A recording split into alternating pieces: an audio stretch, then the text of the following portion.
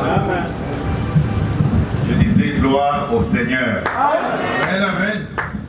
Amen. J'ai encore une fois cet après-midi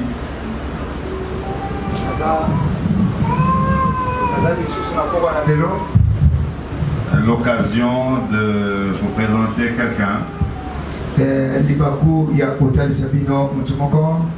Vous savez, la Bible parle de double honneur lorsque vous recevez un homme de Dieu.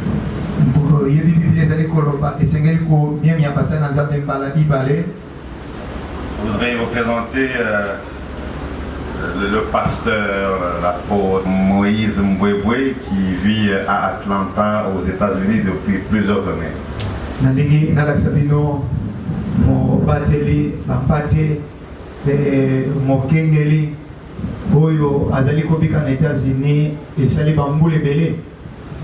Nous avons vécu ensemble à Atlanta, dans la Géorgie. C'est quand même l'un des plus grands États où on trouve quelques Noirs très riches. C'est là où il y a les cinéastes, tout ce que vous voulez, tout ce que vous voulez de beau aux États-Unis. C'est là que nous sommes avec lui depuis quelques temps.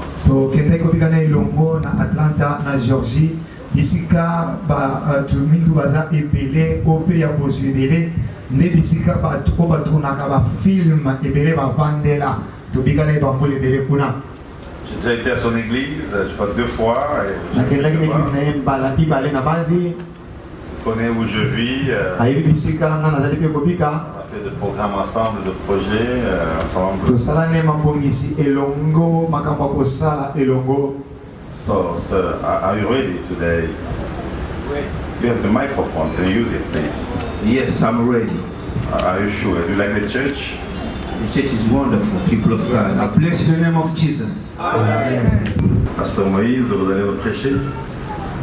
Et puis voilà, que Dieu vous bénisse. Je vous présente donc le pasteur Moïse Mbwebwe que nous acclamons au nom de Jésus.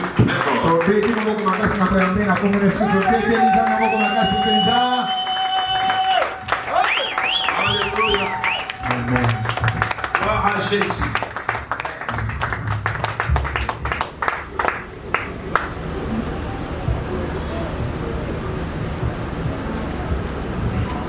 Amen, amen, amen.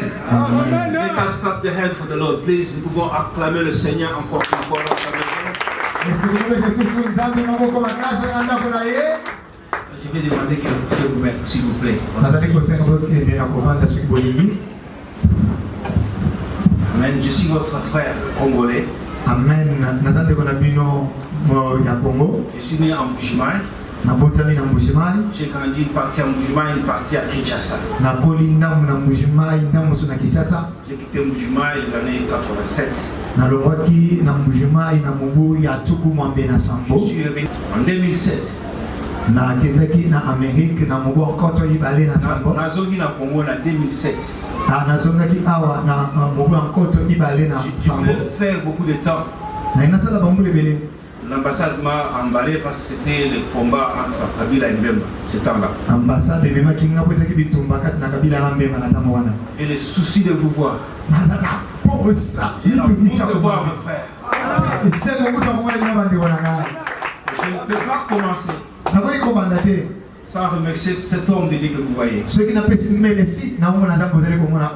Honorable docteur Mulumba. Alléluia. Amen. Merci, nous avons des projets ensemble. Et les projets sont en cours aux États-Unis. Nous allons nous partager ensemble avec lui. Alléluia. Amen. C'est un homme de Dieu qui m'a convaincu. Et vous êtes bénis. Des fois, les enfants de Dieu ne savent pas comment profiter des grâces dans les autres hommes de Dieu. Quand vous priez Dieu, Dieu vous amène dans le chemin de quelqu'un qui peut vous bénir. Dépose ta bénédiction dans cet homme-là. Parce que tu ne peux pas voir Dieu. Dieu marche avec des pasteurs et des prophètes. Et des anges de Dieu. Alors ce soir, je remercie l'ange de Dieu. Cette église, Docteur Honoré Moulumba, de me donner sa chair pour. Amen, amen. Amen. Est-ce que nous pouvons acclamer le Seigneur? Avant de commencer, j'ai des témoignages. Que le message que je vais vous prêcher, j'étais en prière de 40 jours. Dans la période de Nouvel An.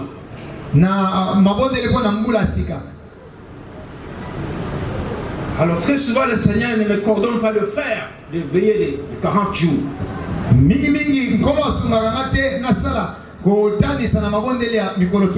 J'ai demandé à mon église ceci. Vous n'allez pas faire comme moi.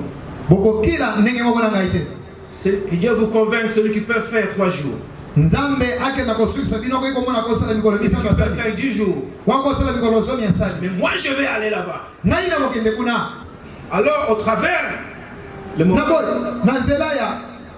de ma veillée de prière, le Seigneur m'a montré que j'étais en train de partir dans une salle. Et c'était plein de lions de mer.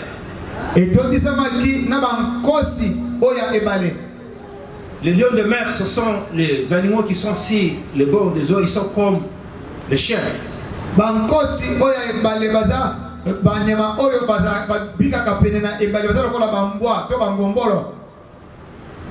Alors il brillait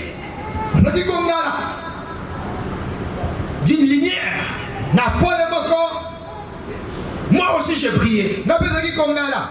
Alors ma lumière était différente de leur lumière. Quand ils m'ont vu, ils ont commencé à fuir. Amen, amen. Amen. Est-ce que nous sommes ensemble? Amen. Et dans cette salle, il faisait quelque chose. Alors le Seigneur voulait que je sauve des âmes dans cette salle-là. Alors dans le monde spirituel, je suis un prophète. C'était une personne dans mes mains. Et je sautais comme l'aigle. J'ai monté des montagnes, pour que ces lions de mer ne puissent pas toucher la personne. Est-ce que nous pouvons acclamer le Seigneur?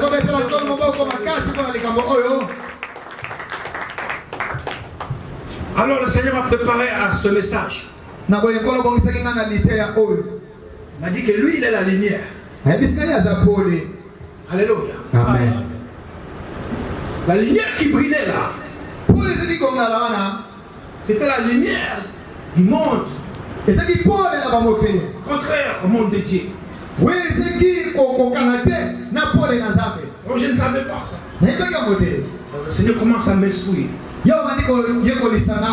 Cette année ici, je devais marcher comme la lumière. Alléluia. Amen. C'est notre vision de cette année. Le message que je veux communiquer aussi parce que nous marchons ensemble. Parce que quand Dieu donne une révélation, donne pour notre église, pour le corps de Christ, pour que tu aies quelque chose. Alors laisse-moi te dire, la lumière de Dieu est puissante. Si tu es un enfant de Dieu et que la lumière de Dieu ne brille pas en toi, alors la lumière du ténèbre, l'ennemi a aussi une lumière qui brille. Cette lumière va briller sur toi. Ça va faire des travaux qui ne sont pas normaux. Vous comprenez le message?